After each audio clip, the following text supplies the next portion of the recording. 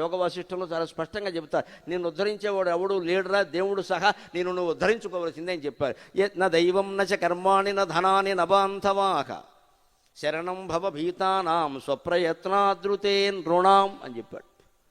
ఈ భవరోగానికి భయపడిన వాడిని ఉద్ధరించేవాడు దైవం కానీ కర్మలు కానీ ఏమీ స్వర్గం కానీ ఏమీ లేదు ఇక్కడ. నీ డబ్బు కానీ ఏది పనికిరాదు, నిన్ను నువ్వు ఉద్ధరించుకోవలసిందే. స్వప్రయత్నాదృతే, నీ ప్రయత్నమే కారణం. ప్రయత్నం చేయి. ఇవాళ ఏం ఆధ్యాత్మిక గ్రంథం చదివావు, ఏం అర్థం చేసుకున్నావు, ఏం అవగాహన చేసుకున్నావు, ఏం అన్వయం చేసుకున్నావు, ఏం ఆచరించావు?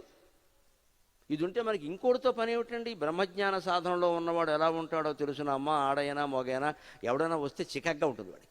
ఎందుకు వచ్చాడు వీడు ఇప్పుడు, ఊరికే సోది ఏదో చెప్తాడు ఇక్కడ అని ఇంతసేపు ఇలాగే మొహం అదో రకంగా పెట్టి వీడు ఎప్పుడు వెళ్ళిపోతాడా అని చూస్తాడు. ఎందుకంటే వాడు సాధనలో వాడు ఉంటాడు. మనం ఏ రకంగా ఉన్నాం, ఎవరైనా వస్తామంటే ఇంకాసేపు కూర్చోండి, ఇంకాసేపు కూర్చుంటే ఇంకో లవకుశ సినిమా 2 ఇంటర్వెల్స్ వెళ్ళేవాడిని వెళ్ళనివ్వాలి. ఇంకాసేపు కూర్చోవడం ఏంటి, ఎందుకు కూర్చోవాలి, అవసరం ఏంటి? ఇవాళ కూర్చోమనేవాళ్ళు లేరండి, ఇంటికి వచ్చేవాళ్ళు ఎవరు అంతా ఇదేగా చెప్పా, చెవి దగ్గర చెప్పా. గంట గంట గంట గంట అయినా సరే గంట సేపు ఫోన్ మాట్లాడడం తల్లితోనో తండ్రితోనో, ఫ్రీ అయ్యాక మళ్ళీ చేస్తా. ఇప్పుడు చేసిందేమిటి?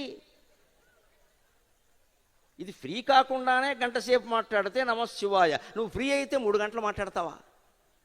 ఇంతసేపు చేసి ఫ్రీ అయ్యాక మళ్ళీ చేస్తానా అంటే ఇప్పుడు ఎలా ఉన్నావు, ఫ్రీ కాదా? ఫ్రీ కానప్పుడే, పనిలో ఉన్నప్పుడే గంట సేపు మాట్లాడితే ఎవరితోనైనా సరే, ఫ్రీగా ఉన్నప్పుడు ఇంకా తినేస్తాం వాళ్ళ బుర్ర, లేకపోతే మన బుర్ర మనమే తినేసుకుంటాం. దీనికి విరుగుడు ఆధ్యాత్మికత. కన్నుల నవనీత శోభ. ఆ ఆధ్యాత్మిక గ్రంథాలు చదవండి. రోజు భగవద్గీత దగ్గర పెట్టుకుని 2 శ్లోకాలు తాత్పర్యాలతో సహా చదివి మూసేయండి. ఇంకా చదవకండి, చాలు. మీకు చదవాలనిపిస్తే చదవండి, లేకపోతే లేదు. ఒక ఏడాది అయ్యేసరికి చూడండమ్మా, స్త్రీ పురుష భేదం లేకుండా, కుల మత వర్గ భేదం లేకుండా సమస్త ప్రజల ముఖాల్లో బ్రహ్మవర్చస్సు నాట్యం చేస్తుంది, బ్రహ్మవర్చస్సు నాట్యం చేస్తుంది. నన్ను నమ్మండి, నన్ను నమ్మండి. మీరు చేసి చూడండి, దాన్ని ఆచరణలో పెట్టే ప్రయత్నం చేయదు. ఇందాక చెప్పాను శ్లోకం, ఇద మధ్యమయా లబ్ధం ఇమం ప్రాప్స్యే మనోరథం. ఇగో ఈరోజు ఇంత సంపాదించా, ఈరోజు నాకు ఈ కోరిక తీరింది. ఇదమస్తి ఇదమపిమే, ఇగో నా ఇంట్లో ఎంత ఉంది, బ్యాంకులో ఎంత ఉంది, లాకర్లో ఎంత ఉంది. ఇమం ప్రాప్సే మనోరథం, ఇంకా ఈ కోరిక నాకు తీరాలి. ఇది వదిలేయడమే భగవద్గీత ఆచరణ. 70 ఏళ్ళు వచ్చినా 80 ఏళ్ళు వచ్చినా వదలట్లేదు. ఇంకెవరికి సేవ చేస్తాం మనం, ఎలా సేవ చేస్తాం? ఎవరిని ప్రేమించాలన్నా, ఎవరికి సేవ చేయాలన్నా నేను నాది అనేది వదిలేయాలి ఖచ్చితంగా. అందుకే కలికాలంలో ఉన్న కలుషాన్నంతా తుడిచిపెట్టేయడం కోసం బతికినంతకాలం బ్రహ్మచర్యం పాటించిన మహానుభావుడు సత్యసాయి. ఆయన ఆదర్శంగా తీసుకుందాం, ఆయన ఆదర్శంగా తీసుకుందాం. ఇక విభూతులు యోగాలు ఇవన్నీ మహిమలు దేనికయ్యా? అత్యవసరమై వేడెడు భృత్యుల ఇండ్లను విభూతి వృష్టిగా కురియున్. అత్యవసరమై వేడెడు భృత్యుల ఇండ్లను విభూతి వృష్టిగా గురియున్. ప్రత్యక్ష నిదర్శనమిది ప్రత్యక్షర సత్యములవి బాబా మహిమల్. ఈ మహిమలు ఎందుకు అంటే, నృసింహ పురాణంలో నరసింహస్వామి స్వయంగా చెబుతాడు, కొన్ని క్షేత్రాల్లో కొన్ని మహిమలు నేనే పెట్టా, అవి అలా ఉన్నాయి, మీరేం చేయకండి అన్నాడు. ఎందుకని? కలియుగంలో మానవులు ఇలా ఉంటారట. నృసింహ పురాణంలో చెబుతారు, ఎర్రాప్రగడ అంటాడు, నరసింహస్వామి అంటాడు, పద్యం ఎర్రాప్రగడ రాశాడు. కానీ విను, కలియుగమున మానవుల అనయము నాస్తికులు దృష్టమైనది తెలియన్ కనుగొనియు నమ్మరని ఏనొనరింతును ప్రత్యయములొక కొన్ని కృపన్ అని చెప్పాడు నృసింహ క్షేత్ర మహత్యం. ఆయా క్షేత్రాలకి సింహాచలానికో మహిమ, అన్నవరానికో మహిమ, తిరుపతికో మహిమ, ఇవన్నీ ఎందుకు ఉంటాయి? అందులో అబద్ధమే లేదు, ఉంటాయి. అందరికీ అవ్వకపోవచ్చు, ఉంటాయి. ఎందుకు ఉంటాయి అంటే, కలియుగంలో మనుషులు ఎలాంటి వాళ్ళు అంటే, పైకి ఆస్తికత్వం ఉన్నట్టు నటిస్తారు, లోపల నాస్తికులు. వీళ్ళ భక్తి అంతా కోరికల కోసమే. భక్తి శివుడి మీద, చిత్తం చెప్పుల మీద. ఇది దొంగ నాటకాలు ఇవన్నీ. ఊరికే మేము భక్తులం ఇక ప్రదర్శన ఎక్కువ. బొట్లు ఎట్టేసి, ఏవో రకరకాల వస్త్రాలు కట్టేసి, ఏవో చేసేసి. నేను కాశీ 10 సార్లు వెళ్ళానండి. ఎందుకు వెళ్ళడం? పని లేక. ఆర్టీసీ బస్సు వాళ్ళు బాగుపడ్డారు, యాత్రా స్పెషల్ వాళ్ళు బాగుపడ్డారు, నువ్వేం బాగుపడ్డావు? అక్కడ నీళ్ళు ఇక్కడ పోసా, ఎక్కడ నీళ్ళు అక్కడ పోసి, ఏం పోసావు? కొంపలు అంటించే పనులు మానలేదు ఇక్కడ, నీళ్లు పోసావు అంతే. ఇక్కడ కొంపలు అంటుకోకుండా నీళ్లు పోయి. ఈ మహిమలు ఎందుకు అంటే, నృసింహ అవతారం నృసింహస్వామి చెబుతాడు, కలియుగంలో మానవులు దొంగ మనుషులయ్యా, వీళ్ళకి నాస్తికత్వం చెబితే ఆస్తికత్వం లేదు. ఏదో పూజ చేసే కానీ మేము భక్తులు అనుకుంటారు. నాకు తెలుసు ఎవడేమిటో ఎందుకు చేస్తున్నాడు. దృష్టమైనది తెలియని కనుగొని నమ్మరండి. మన జీవితాన్ని మనమే పరిశీలించుకుందాం. మన ప్రమేయం లేకుండా కొన్ని అద్భుతాలు జరుగుతున్నాయి, కొన్ని అనర్థాలు కూడా జరుగుతున్నాయి. మన ప్రమేయం లేకుండా.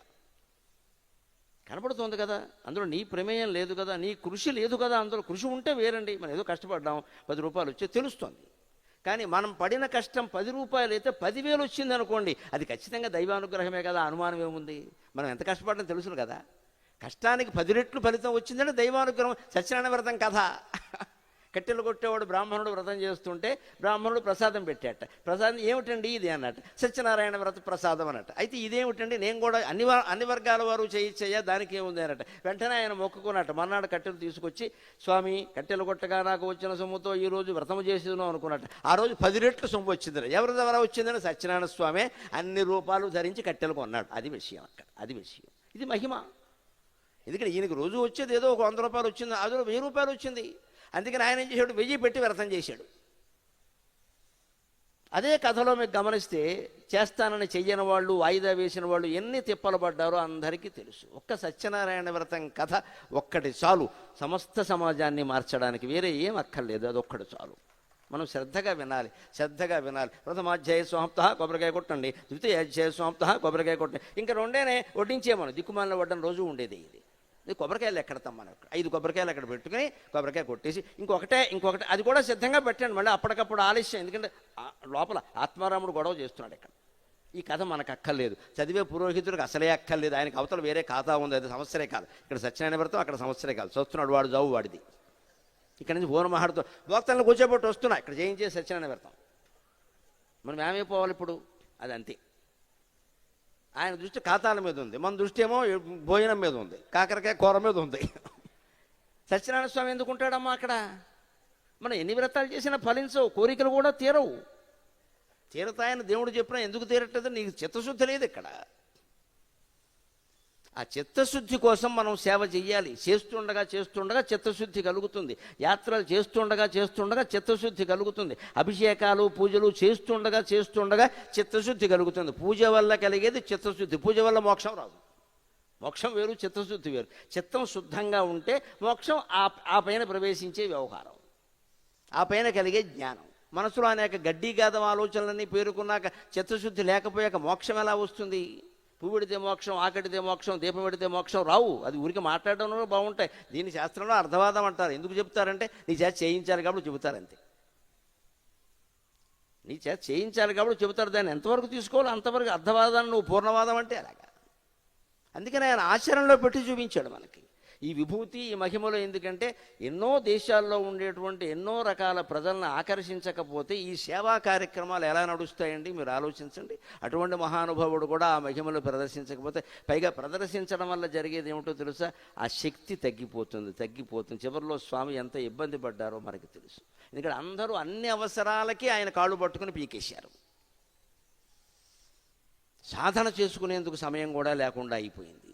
సత్యసాయి భక్తులు ఆయన పరమపదించినప్పుడు ఎంత కలగుండు పడిపోయారో, ఎంత ఆందోళన పడిపోయాడో ఒక భక్తుడిగా నాకు కూడా తెలుసునమ్మా.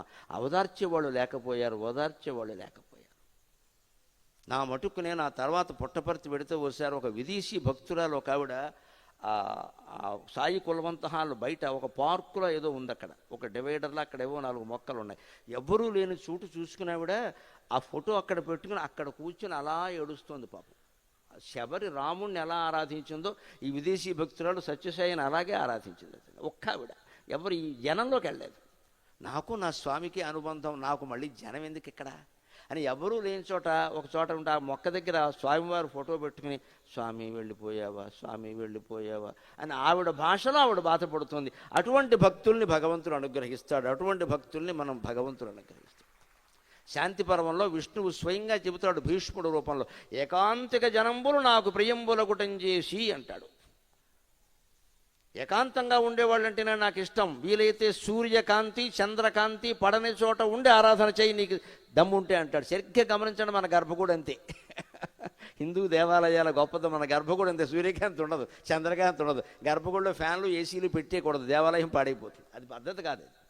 ఏం చేయాలో చేసి బయటకు వచ్చి ఇవాళ మనం అందరం గర్భగుడిలోకి వెళ్ళిపోవడం, దేవుడికి మసాజ్ చేస్తున్నారు. శివలింగానికైతే మసాజే. ఎందుకంటే ముట్టుకుంటే పుణ్యం అని ఒకటి పెట్టారు. మొత్తం శివలింగాలన్నీ 3 అడుగుల లింగాలు 3 అంగుళాలు అయ్యి నమశివాయ. చచ్చిపోతున్నాడు శివుడు, ఇప్పుడు నన్ను ముట్టుకోకంటారు బాబు అని. చివరికి పార్వతీదేవి వచ్చి చూస్తే మా ఆయనేనా అని కంగారు పడిపోతుంది ఆవిడ. వెనకింత ఉండేవాడు ఇవాళ ఇంత అయిపోయాడు పాపం. పామేసి పామేసి తోమేసి తోమేసి. దేవుడు మన గుండెల్లో ఉన్నాడంటే అర్థం కాదు. ఆ గుండెల్లో ఉన్న దేవుణ్ణి అర్థం చేయించేదే ప్రేమ, అదే సేవ.